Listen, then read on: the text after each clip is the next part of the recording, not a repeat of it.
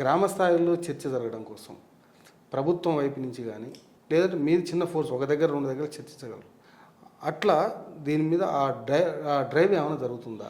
మామూలుగా వెబ్సైట్లో పెట్టి వదిలేయడమేనా? స్పెషల్ డ్రైవ్ చేస్తారేమో అనుకుంటున్నా. ఎందుకంటే ఇప్పటికైతే పబ్లిక్ డొమైన్లో వచ్చింది, కలెక్టర్లని మిగతా రెవెన్యూ సిబ్బందిని అభిప్రాయాలు సేకరించి చెప్పమని చెప్పారు. నా దృష్టిలో ఏంటంటే ప్రభుత్వం కింది స్థాయి దాకా ప్రభుత్వం తరపున కూడా చర్చ తీసుకెళ్తే బాగుంటుంది. అధికారులు కానీ, మంత్రులు కానీ, ప్రజాప్రతినిధులు కానీ అందరూ కూడా వాళ్ళ వాళ్ళ స్థాయిలలో కింద స్థాయి వరకు ఈ చర్చ జరిగితే ఈరోజు సమస్య ఏంటి, ఈ చట్టం ఆ సమస్యను ఎట్లా తీర్చబోతుంది, ఒకవేళ ఈ చట్టం వస్తే కొత్త సమస్యలు ఏమైనా వచ్చే అవకాశం ఉందా, పక్క రాష్ట్రాల్లో ఏం జరుగుతుంది, ఇంతకంటే మెరుగ్గా చేయొచ్చు అనే ఆలోచన చేసుకోవటం చాలా మంచిది. చాలా కీలకమైన అంశం కూడా.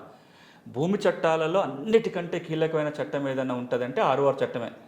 ఈ చట్టం ప్రతి భూమి ఉన్నవాడికి వర్తిస్తుంది. మీకు భూమి ఉందంటే ఈసారి చట్టంలో కేవలం వ్యవసాయ భూములకు వచ్చిన 6R కాదు. ఇది మనం ముసాయిలో చర్చించుకుంటే వ్యవసాయేతర భూములకు కూడా రికార్డు తయారయ్యే విధానం రాబోతుంది. అంటే తెలంగాణ రాష్ట్రంలో భూమి ఉన్న ప్రతి వాళ్ళకి ఈ చట్టం వల్ల ఎఫెక్ట్ అవుతారు ఏదో ఒక రకంగా. అంటే గజం భూమి ఉన్న వాడికి కూడా ఈ చట్టంతో ప్రభావితం. ఇంటి స్థలం ఉందా, ఇల్లు లేదా వ్యవసాయ భూమి ఉందా, ఖాళీ స్థలమా, ఇంకేదా నీకు భూమి ఉందా, అపార్ట్మెంట్ కూడా ఏదైనా అపార్ట్మెంట్కి 69 ఏదో గుండా 29 యార్డులు 10 యార్డులు 20 యార్డులు ఉంటుంది కదా.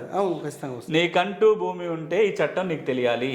నీకంటూ భూమి ఉంటే ఈ చట్టం వల్ల నీకు ఏం జరగబోతుందో అర్థం చేసుకోవాలి. కాబట్టి ఇంటి స్థలం ఉన్నా అపార్ట్మెంట్ లో అన్డివైడ్ షేర్ ఉన్నా నీకు భూమి లేకున్నా చర్చించుకోవాలి. ఎందుకంటే రేపు నీకు భూమి కొనుక్కుంటే ఏం జరగబోతుంది రేపు నువ్వు కొంటే. అంటే తెలంగాణలో ఉన్న ప్రతి వ్యక్తి రాబోయే ఒక 15-20 రోజుల పాటు తప్పకుండా మాట్లాడుకోవాల్సిన అతి కీలకమైన అంశము ఈ ముసాయిదా చట్టం.